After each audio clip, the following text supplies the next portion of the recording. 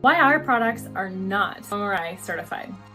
Hi, I'm Lauren Kane and I'm the founder of Elm Dirt, and we make organic fertilizer products, soil amendments and liquid fertilizers.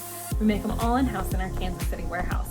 However, we are not OMRI certified, and that was by choice. We are actually CDFA certified, and what that is, the California Department of Food and Agriculture certified organic.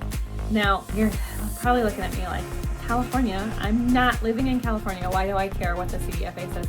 Their organic certification program is recognized nationally, and it is also more stringent than the OMRI program. So they took a look at not only our nutrients, our manufacturing process, all of our microbe species, and they really did a deep dive into how we make each product, how our suppliers make each product, to make sure that everything we're doing is organic. And I'm happy to say that we passed the test.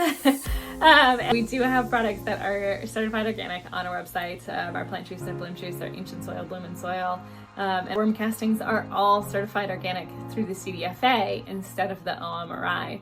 And I know the OMRI is more known among especially home gardeners. You can see it in any store. I did want to tell you that our CDFA certification more stringent than the OMRI certification, and it holds us to a higher standard and pass that along to you.